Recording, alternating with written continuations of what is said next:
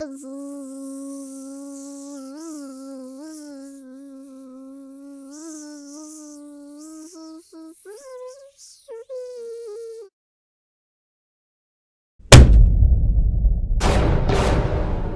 is a time filled with learning, friendships, and embarrassing moments. And I have definitely had my fair share of those. I think all embarrassing moments can be found on a spectrum. So on this side you can find harmless moments such as, "I hope you enjoy your meal, madam."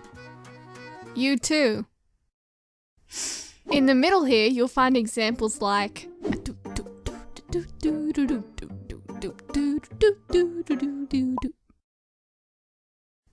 on this end of the spectrum, you can find some really embarrassing moments, like this one.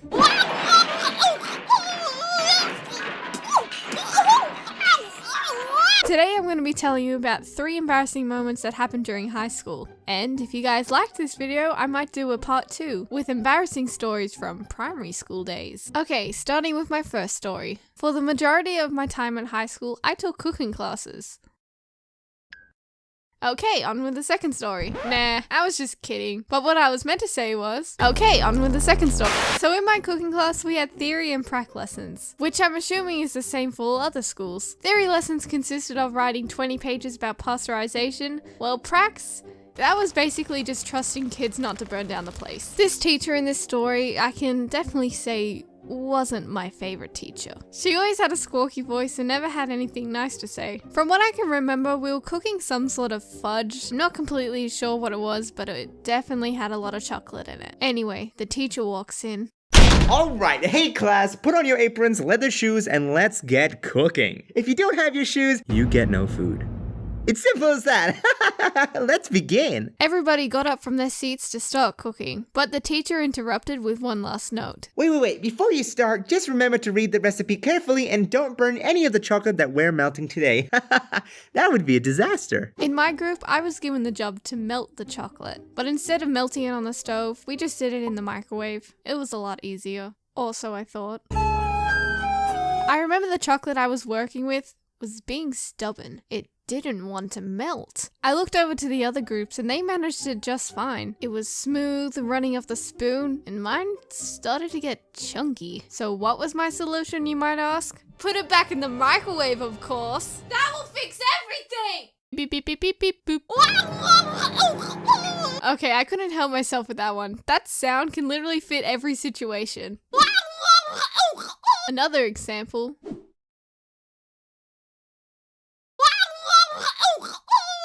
And when I opened the microwave to see my burnt, disgusting chocolate, which was still unmelted by the way, guess who walked straight up behind me? Whoa, hold up everybody, come over here. Look at this disgusting chocolate. This is not how you melt it. Look at this chunky texture, see? And notice how the bowl is super hot?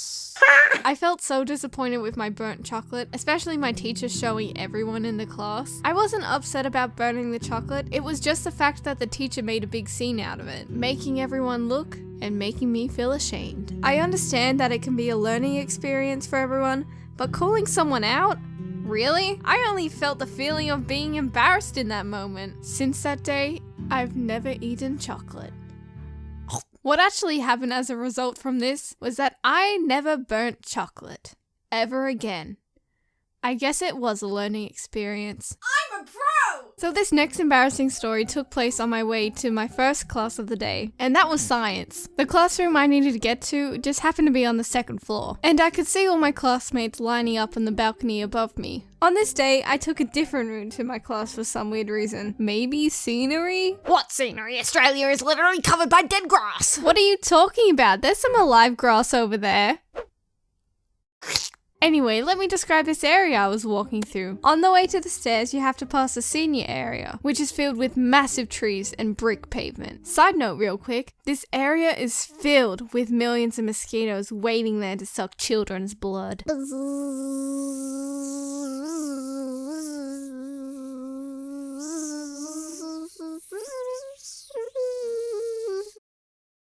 Hello. The reason why the trees and the bricks are important in this story is because over time, they grew a little further than expected. And so this resulted in all the bricks to be uneven. I think you can see where this is going. I was just walking to class, minding my own business, in my own little world, and bang! My foot got caught in one of the bricks, which caused me to literally go flying across the playground. And I'm not even exaggerating here. It was rough. I managed to get back up on my feet with no major injuries, but then I looked up.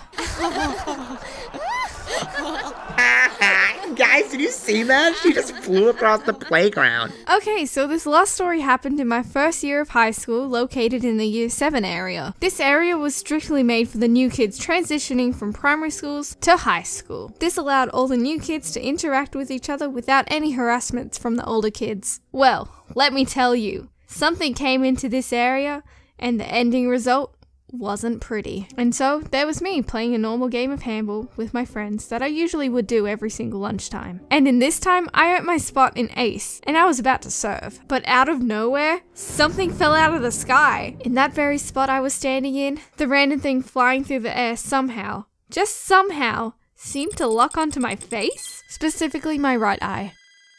Oh my god, dude, you just nailed her in the eye. So this random object just happened to be a slice of apple and was pegged across the playground really hard. And it just happened to hit me right in the eye. Like, what? If I was like 1 centimeter away, this apple slice would have completely missed me. It was like it was out to get me. And let me tell you, getting hit by an apple at full speed in the eye was incredibly painful. My eye instantly swelled up and began to bruise immediately. And of course, something like this hitting your eye, I had no control over it, and water was just coming out of my eye constantly. It honestly would have looked like a waterfall, but an apple thrown into the mix, of course. Everyone around me thought I was crying like a little baby. Hey guys, a huge thanks goes out to Maz for lending his voice for this video today. I really appreciate everything and you did an awesome job. If you guys haven't checked out his channel yet, there's a link on the screen right now that will take you to it.